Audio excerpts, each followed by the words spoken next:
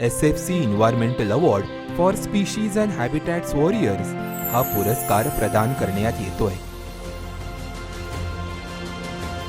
महाराष्ट्रातील पक्ष्यांचं माहेरघर म्हणजे नाशिकचे नांदूर मध्यमेश्वर वन्यजीव अभयारण्य.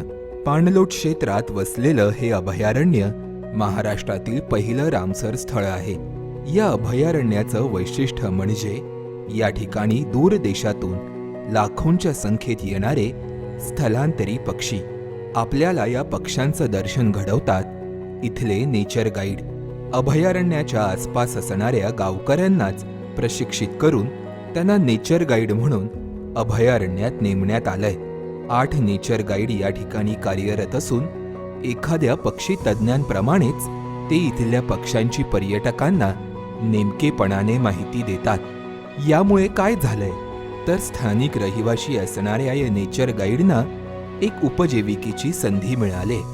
उपवनसंरक्षक कृष्णा भवर, सहाय्यक वनसंरक्षक हेमंत उबाळे आणि वनक्षेत्रपाल हिरालाल चौधरी यांच्या मार्गदर्शनाअंतर्गत नांदूर मधमेश्वर अभयारण्याला आता एक वेगळा चेहरा मिळालाय. याला कारणीभूत आहेत नेचर गाईड.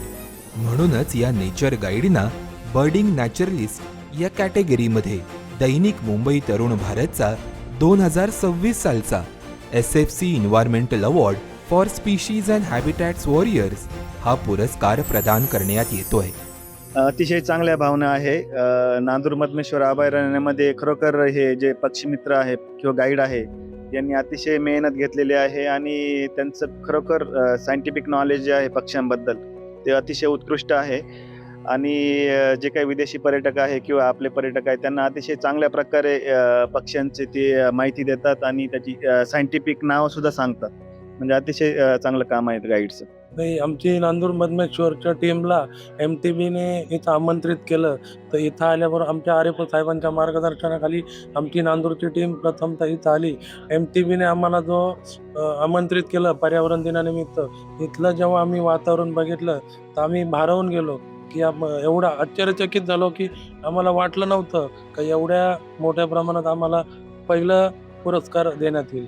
मी विशेष करून मुंबई तरुण भारत आणि त्यांच्या पूर्ण टीमचं धन्यवाद करू इच्छितो की त्यांनी आम्हाला या श्रेणीमध्ये पुरस्कार दिला. निश्चितच या पुरस्कारामुळे आम्हाला एक वेगळी ऊर्जा मिळालेली आहे आणि आमच्या सगळ्या नांदूर मधमेश्वर टीमला एक प्रोत्साहन मिळालेलं आहे. आणि येणाऱ्या भविष्यकाळात पर्यटकांसाठी चांगल्या सुविधांसह आमची ही पूर्ण टीम सज्ज असेल तर मी पर्यटकांना आवाहन करतो, सर्व निसर्गप्रेमींना आवाहन करतो की त्यांनी या नांदूर मधमेश्वर अभयारण्यात जरूर भेट द्यावी.